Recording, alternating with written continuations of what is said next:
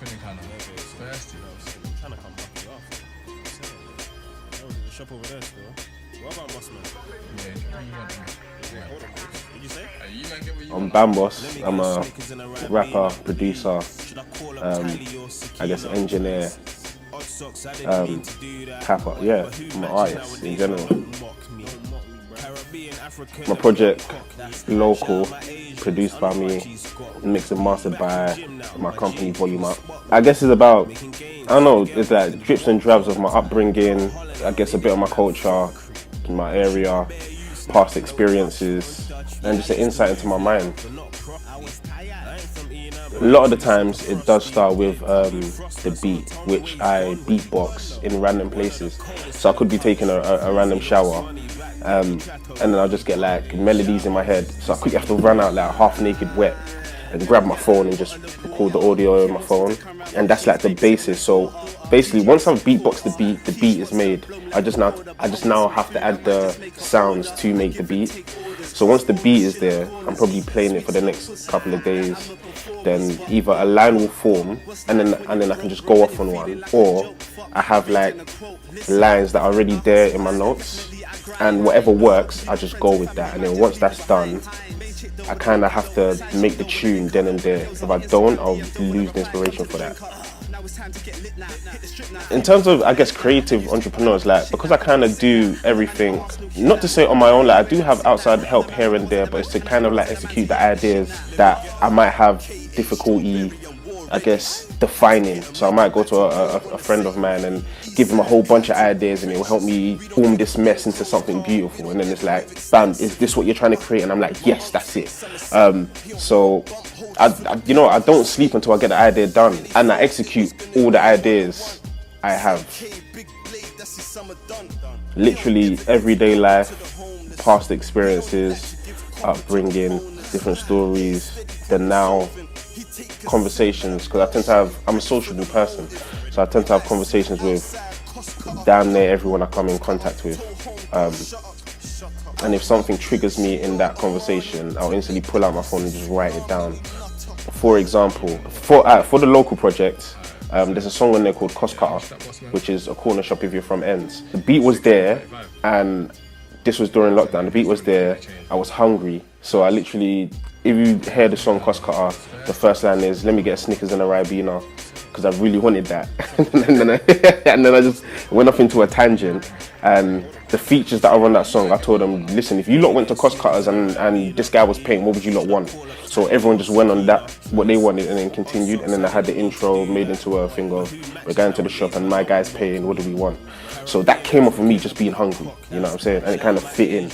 Another example is, my girl had a new hairstyle. She asked me, what do I think? I said, right, that style really suits you. I ended up making a whole song called Style You Wear that was about her, just off of that. Prior to that, I had the beat for 2 weeks, and yeah, couldn't think of nothing. But then when it came to this conversation with her, the song was done within the next 2 hours. Now I'll describe my style very laid back. Nowadays I get my ad-libs to do most of the, to bring out the personality more, slow pace, so I can get everything I want out. My style now sounds more like a conversation, you know what I'm saying? I think I can express myself more, because before it was very more high-pitched, very double time, but now I'm just comfortable within the beat. I just sit on it. I kind of like demand respect from the first line to the last. So that's me now. At first, I was really influenced by Ludacris when he had Cane Rolls. That was my guy to go to, because I always saw it as he was a sick rapper. He had a personality. When he done features, you didn't even need to know his name was on there. You just knew it was him.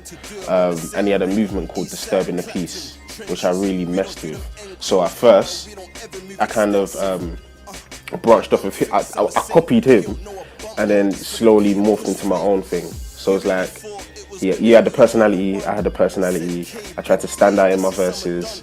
He had Disturbing the Peace, I have Volume Up. You know what I'm saying? So it's like, that's where I started off first. And then it was like 50 Cent, Jay-Z to a certain degree, Cassidy, who's a battle rapper now. But yeah, that was really my guy with the punchlines. So every now and again I try to do punchlines, but not overthink it, I just do it. So yeah, that was my basis. And Eminem. 90s R&B. 90s R&B is my thing. Like, if you was ever a passenger in my car, you're hearing me sing harmonies all day. 90s R&B and pop music.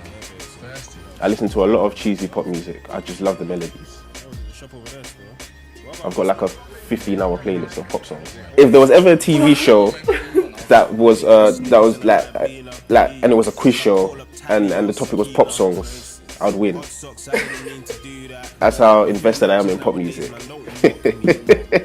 But listening to my music and just me as a person, you wouldn't think that. But it's the truth. I literally find everything funny. I think people say I laugh too much. Even in my day job, I'll go into her, "Bam, why are you smiling?" I'm like, "What, you want me to come in there and screw you, bro? I'm happy. Shouldn't I be happy?" Like, you're just like an overall happy person. Yeah. Overall happy person and probably too energetic. In my spare time, I watch shitloads of anime. I watch so much anime. I read a lot of mangas. If for you whoever's reading or watching or whatever this is, anime is like Japanese cartoons, mangas, the Japanese comics. I've also discovered the Korean version, which is manhwa. As well as watching all of that and reading all of those, I play football a lot of the time. I love going to cinema. Obviously in the pandemic you couldn't do anything, so you'll catch me on my MacBook watching a lot of films. I'm a heavy God of War fan. I don't know if you know that. You know God of War on PlayStation? Yeah. I got into that like a few years ago and I've just been in it since because it's got a lot to do with Greek mythology. And I love anything to do with, like, I guess spiritual and mythologies.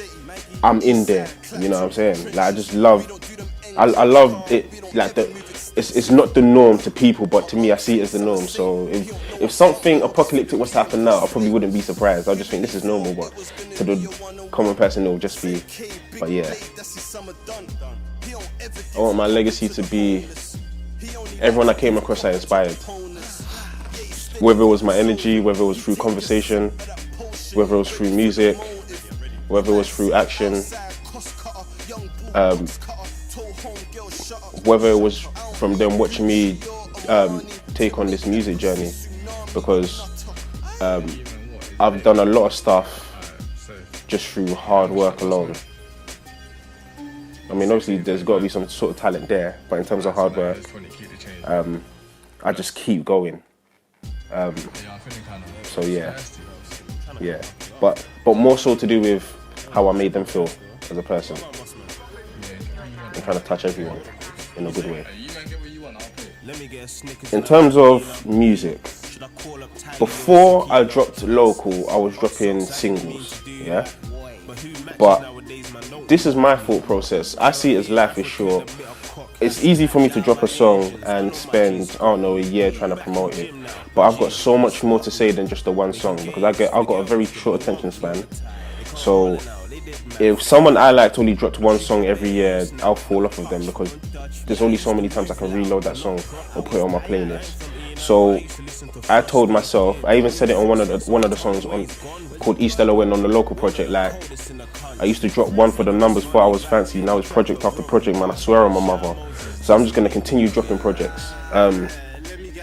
EPs, because like I said, I've got a short attention span.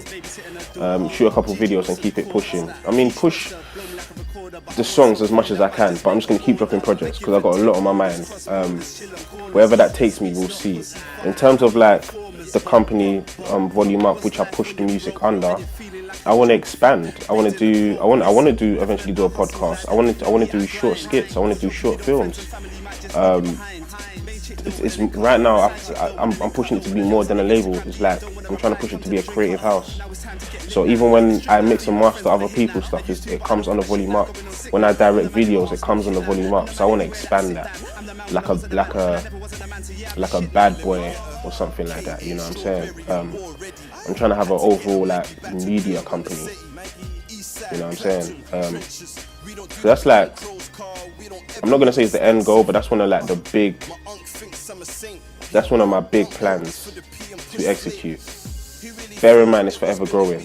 Because if you asked me this a few years ago, podcasts wouldn't have been in there. Because, you know what I'm saying, it's just something I saw and I really like. I like talking, I do it in music. So why not do it like this, you know what I'm saying? So that's something I've added into there. There's gonna be more stuff.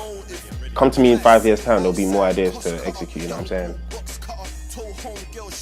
I had artists there before, but now it comes into the thing of work ethic, which we was talking about off of camera. But I've given a lot of my time and studio time to artists, which I thought were really sick, but then they kind of let me down because they had no plan and expected me to do all the work. So it's now gone back to, it's solely just me under Volume Up. I've had help before. Oh yeah, also I've done events. I would like to do more events as well. Eventually I want to do a festival, like Volume Up Festival. Like there was more than one reason behind the name, you know what I'm saying? Yeah, right now it's just me. Eventually I want to bring artists under Volume Up, not just rappers. I thought the name was broad enough to bring any type of genre underneath. The whole point of it is to just play the music and just turn the volume up, you know what I'm saying? Not pigeonhole ourselves. So I don't know, I'm open to working with rappers, singers, poets, actors, the whole shebang. I know that will all come in due time. I need to make Volume Up something that's well respected. Hence why I'm putting in all this work. Hence why I'm now trying to come with the quality and the proper packaging and the product. Probably why I'm so hard on myself. So yeah, that's my plans for the label, to just make it bigger than it is. So where you can find me on imjustlocal.com, on Instagram Bamdiggy, on Instagram for the label is Volume Up. Everything on all socials is Volume Up for the Creative House. Twitter Bamboss. But yeah, if you go on imjustlocal.com, everything's there. Everything. Videos, merchandise, the projects. One day, you know what I'm saying? That could be in Volume Up somewhere, you know what I'm saying? A subsidiary, you know what I'm saying? Bio, everything. Even my playlist, my pop playlist is on I'm Just Local. I got a playlist page that has my 90s R&B playlist, my pop playlist, a collection of my songs, and I've got a Hackney playlist. So all the artists that come from Hackney is on that playlist. So yeah, everything's on. So that's where you can find me. So on my website, I got playlists of what I listen to. So I got a 90s R&B playlist, which is just full of old school bangers. My pop and rhythms playlist. It's mad because my 90s playlist, I think it's like 3 to 4 hours, whereas the pop playlist, it's called Pop Rhythms, that's like 15 to 16 hours of just straight commercial hits from the 90s onwards, just bangers. Like I was listening to that playlist on my way here. I also got the local playlist, which is just my songs from now to probably like 2020. So it's just a playlist of Bamboss music, different type of genres. I've got Afro beats in there. I got me on R&B beats. I got me on alternative rap beats, on hard rap beats, and as well as features. I also got a Hackney playlist because I'm a fan of my borough. Growing up, I listened to a lot of music from just around me. So I've just paid attention to what's been going on. So you got artists like Frenzy on there, you got Rimsey, you got Nizzy Ninj, you got Aura, obviously you got myself on there, you got some Mashtown songs on there, you got off the top of my head, you got the 98s on there. There's so many, you know what I'm saying? So yeah. Gigi wants a quarter, Keish wants to blow me like a recorder, but I want some food, I might just make an order. I give and take orders, cross borders, chill on corners, eat sweets, not pussy, fuck that, I'm a performer.